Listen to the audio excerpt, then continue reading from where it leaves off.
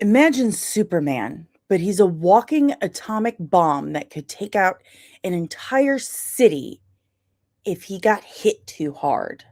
A hero so powerful that DC literally refused to allow Alan Moore to use him in Watchmen, so Moore created a hero inspired by him instead. And that same hero later became a supervillain who tried to conquer the entire multiverse. This is the insane, time traveling, reality warping true story of Captain Adam, the most underrated powerhouse in DC history.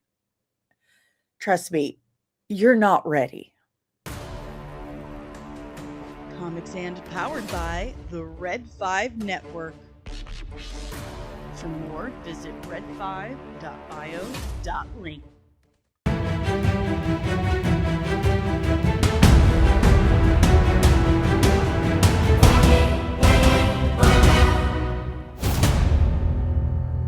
Hi, I'm Danny Sansasi, and this is Comics and. Today, it's Comics and Cosmetics, because what I do when I break down a character or a comic book or a TV show is I do my makeup at the same time. Sometimes I do special effects. Now, I'm not going to bore you with the details of the makeup at all.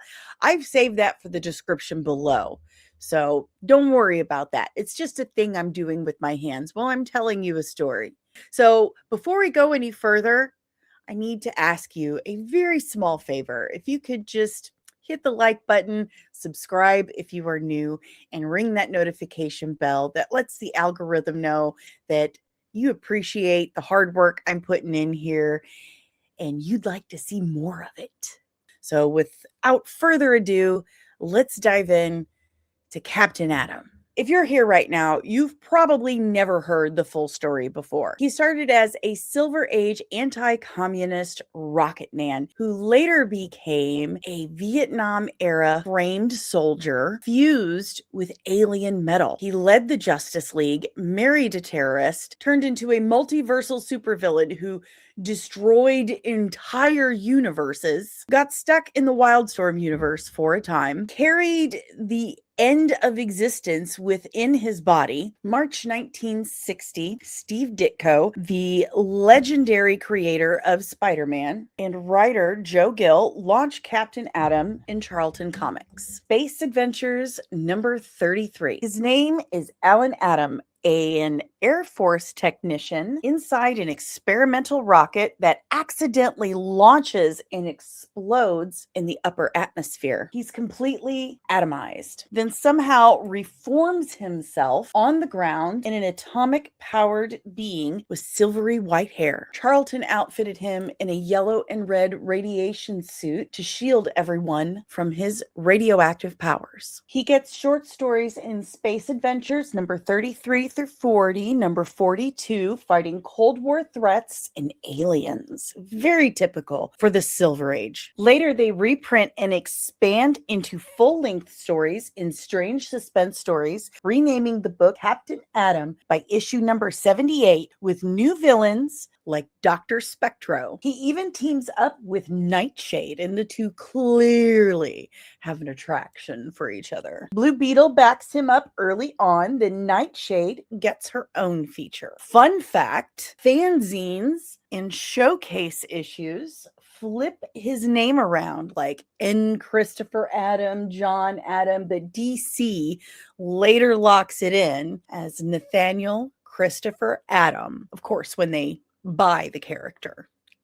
Now, Charlton goes bankrupt. DC acquires the entire line in 1983 and fully integrates them during Crisis on Infinite Earth. And we've talked about this a few times on the channel with other Charlton characters like Blue Beetle and The Question. DC completely retools Captain Adam for their post-Crisis continuity. Now he's a United States Air Force pilot, Nathaniel Adam, during the Vietnam War era, framed for a crime he didn't commit in 1968 and sentenced to death under Colonel Eiling. Instead of execution, he's offered a suicide mission. Test the hull of a crashed alien ship by sitting inside it while they detonate a super nuclear bomb underneath it. Why not?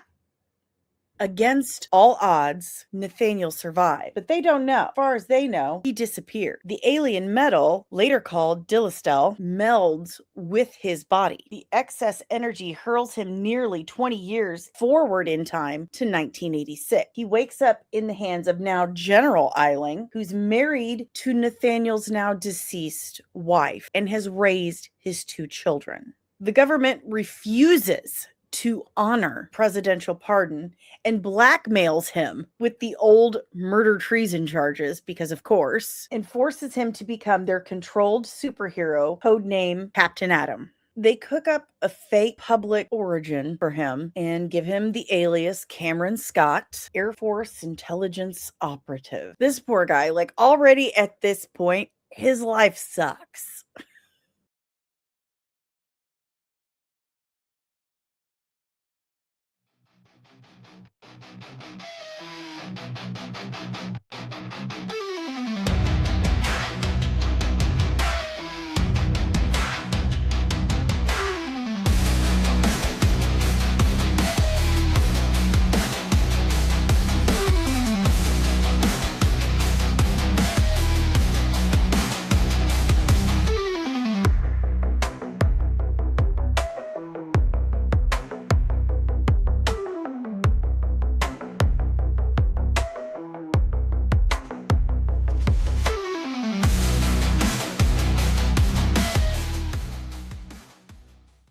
Disney and Kathleen Kennedy are gonna get you!